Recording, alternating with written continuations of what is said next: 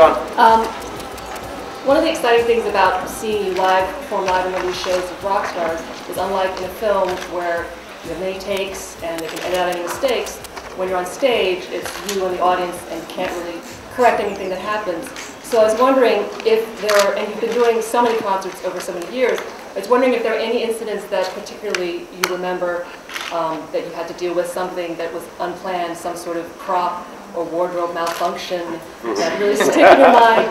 And on the flip side of that, is there anything that you remember that really stuck in your mind as an incredibly positive experience that made you think this is all worth it, all the rehearsal, all the prep time, all the travel makes it a unique and incredible experience? Well, sometimes you get confused. You know, you've rehearsed for a particular song and you've done this song earlier with a different choreographer and you're doing his steps on this concert, so it gets kind of weird because everyone else is doing something else and you're doing some moves that you've done in an earlier concert. And then it gets, you know, there's a lot of confusion because then from that movement you've got to come back into what the other guys are doing. And then you forget and you can't even go, oh, you can't do that, so you just have to continue. And there's sometimes that you rehearse, and when you rehearse, you are rehearsing all alone. And the dancers are doing something else, and then you can do something else. So you in your mind think that everyone is doing the same moves. And then suddenly you see the dancers doing something else, and then you're confused again. So you just have to stand and kiss and wave out and go and hug somebody.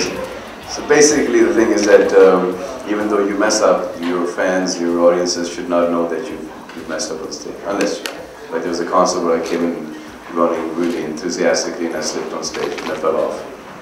That was, so I had to do it twice in order for it to look like an act. That was painful. Yes, go ahead. Yes, man, don't ask me when I'm going to get married. What's your favorite movie that you did? My favorite movie is Andaza.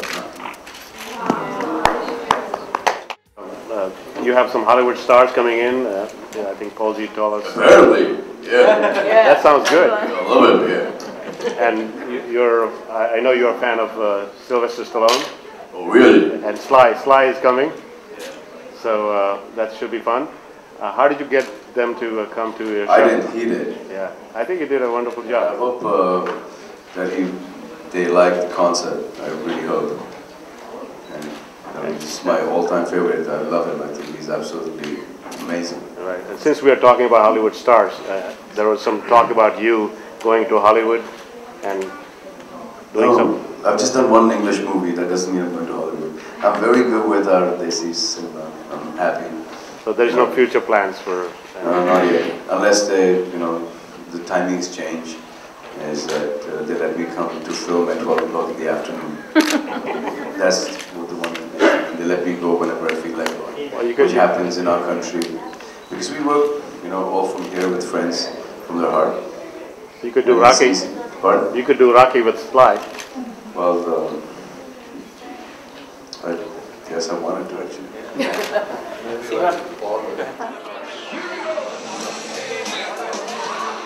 You should be filming. Are you filming this? Yeah.